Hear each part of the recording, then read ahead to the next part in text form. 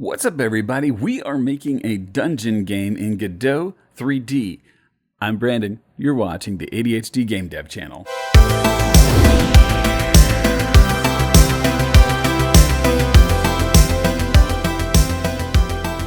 right, cool. Let's jump into it. Let's look at it. Let's see what's going on. If you haven't been following along, you'll need to do some homework and catch up. But the basic run of it is that we have this grid-based, cell-based dungeon game with lots of stuff in it, and it's supposed to be kind of a throwback to old school dungeon crawler games that you might have seen of yesteryear, but we're using modern game engine capabilities like lighting effects and stuff. But it's not meant to be super flashy. It's supposed to feel vintage. Cool new stuff that I've added. If you've been watching, thank you for being here. We've got text pop-ups for tooltips on things, so that's neat. So not everything is going to have a text pop-up. For example, I don't want to tell you about levers and things because they might be there and they're supposed to be hidden. So the gate you might see, but not the levers. I grabbed an unlit torch. Let's light it if I can reach that one on the other side of the chest. I can. Oh, there we go. Let's see. I added new textures on these treasure chests, so that's kind of fun. We'll see how that works out. I'm trying to centralize all of my textures, and you'll see that that one is a locked wooden chest. I got that one to be changeable on start. If the chest is locked, it will call itself a locked wooden chest. Otherwise, it will call itself a simple wooden chest. Oh, systems. We're going to talk about systems in a second. New stuff. We got these little crates in here. It's called a flimsy wooden crate. You notice we had a descriptor of a stout iron gate, but this is a flimsy wooden crate. So hopefully you will get the idea that a crude wooden club might be able to bash a flimsy wooden crate, and I had a reaction, so you know you hit it, right? Boom! Kerplow! I like that. That was fun. I made this out of 6 different panels. They're just individual panels put together, so they're actually, animatable and destructible. So that's fun. I didn't do anything fancy. There's no physics or anything like that. I'm trying to keep the background of this game super simple. You'll notice that I'm trying to teach the player how to play the game because we've got a lever and a gate. So if you choose to come around this side, you'll see that there is a gate there and there's a lever there, but it's obviously out of reach. So without telling the players what to do, they realize that they're in a little bit of a puzzle. Boom, right? I'll probably put some sort of a fragile wooden fence here or something like that. It'll have a descriptor that'll make it seem like you can bash it. You'd be surprised, but I don't really play D&D. I never have. So this RPG terminology is something that means something more than what I know, and I had to learn something. New thing, you'll see the simple wooden chest because I had it unlocked. It's a simple wooden chest and not a locked wooden chest, and inside is a small key. Bing! I know it's floating in there, and frankly, I don't care. Keys can float. I'll need to add some UI. I didn't. Did I mention this? This is on Linux, by the way. This whole build, I'm doing it on my Linux side over here. So hi there. I'm being a nerd. Let's see. We can now open the locked wooden chest with the key. We can't pick it up because our hands are full. So we'll drop the club, pick up the sword, and you'll see that the sword is stronger and more effective than that crude wooden club. Okay, good stuff all around. That's progress in the actual dungeon for those of you who have been following along. To keep up with it, lick the video and subscribe and all stuff like that.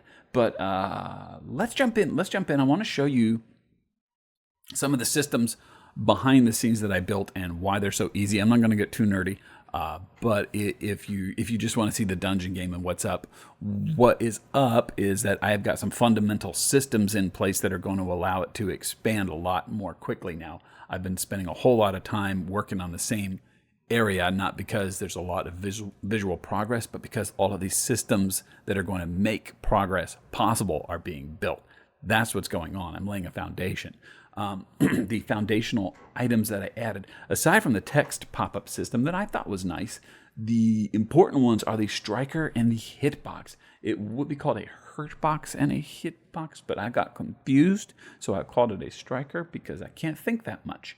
But the striker is a hit thing, and it has got a damage value in it, and I keep the code as simple as humanly possible in here. The thing that I did was that I set these strikers to where when they're hitting something, they're going to have just a second to where they're able to damage the thing and then turn off. Normally, you do that the other way around. A hitbox on a player or an enemy will get a moment of invulnerability when it gets hit. That way they don't get just spammed with damage. But what I want to do going forward is to add blockers like a shield, different kinds of shields, to be able to stop damage. And I don't want to take a risk of a striker object passing through the shield and saying, okay, fine, the shield is invulnerable for a second after it took a hit, but I'm going to keep on trucking and we're going to hit the player behind it. So what I did was I said, okay, when we hit an object, the striker object is no longer able to hit for just a second. So you can't just spam with that one. But that would also, the other side of that, the reason it's important to not have the hitbox become invulnerable is because you could dual wield, bam, bam, bam. And you could do fast damage that way as quick as the weapons are able to do. So you could do double damage at the same time with a different weapon, you see? This is why systems thinking is so important. You got to think about what you're about to do next. This was cool because I took the striker object and I just dropped that striker object onto a club or onto a sword, and I can set how much damage it's going to do right here. So if I were to take that, and take the damage of that value up to 4, the club now does 4 damage, and I didn't have to do anything because I had that export value, and now boom, demolish a chest in one go, right?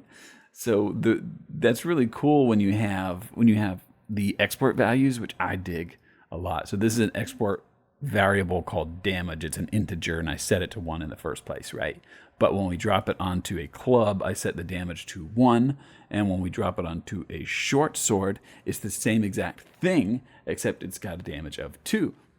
This is good. This is good. The reason it's good that it's still the same central scene, the same striker scene, is because I can now take a striker and drop it on anything that I want to do damage.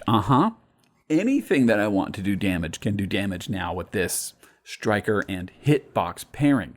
Anything with a hitbox can take damage. Anything with a striker can do damage. That is a universal pairing that I now drop onto everything. What I wanted to avoid was having to rewrite code over and over and over again. And I know that we could have just taken a script and dropped it on over and over and over again.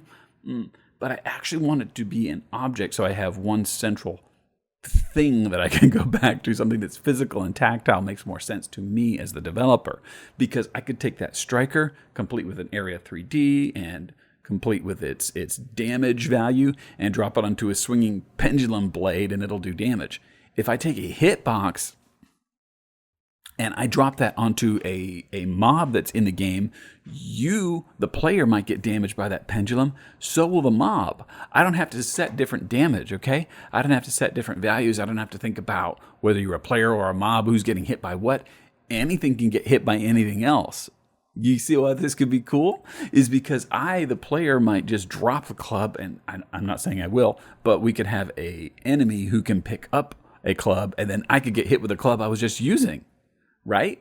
And I could have a shield, since it's got a hitbox on it. A shield would have durability. It might have a durability of 999, I don't know. But we could have durability on that shield to where it could be destroyed because it also has HP on it. Ooh, fun. So next up, what we're going to have to do is start adding in probably some UI for like when you collect the keys and stuff. Also, because in this dungeon area, I want to start introducing the idea of armor and things you could carry. So I gotta work out a whole new system for that. Which means because I've got the hitbox system in place, I could decide how damage is dealt to the player. So how does armor work? I mean, you think like, well, you take less damage. Okay, so if you get hit with a 2, you take 1. Right? Or is it a roll of the dice, you take no damage at all? You see, it's really cool when you start putting this stuff together, because you get to think about, how do I want armor to work in the game? Fun. I messed around with music. I was looking for some music. Didn't find any yet. If you have any tips on that, let me know. I was looking for open source free music that people want to share, and sound effects. I've done pretty well making my own sound effects previously in games, so maybe I'll do that. I'd love to hear some sound effects going on in the game. I think it'll really liven the whole place up. Also, because I've got the hitbox and the strikers, we're now ready to start adding enemies. Hello. So I started. I didn't even plan on that. I started doing scribbles in my scribbly book about all kinds of different enemies and traps and stuff that we might think about doing. And I started questioning, what is the nature of a dungeon? Like, is it a crypt? Is it an old prison? Is it a cave? People, a lot of times in old games, it's like, I don't know, it's a dungeon. They have to be explored. So maybe that's enough, but there might be something else to it. But anyway, all right, we're having fun. Cool. If you didn't already, please subscribe to the video and leave a comment. If you do leave a comment, do it for Frodo. He's done so much for all of us. Hey, be awesome today. I'll talk to you later.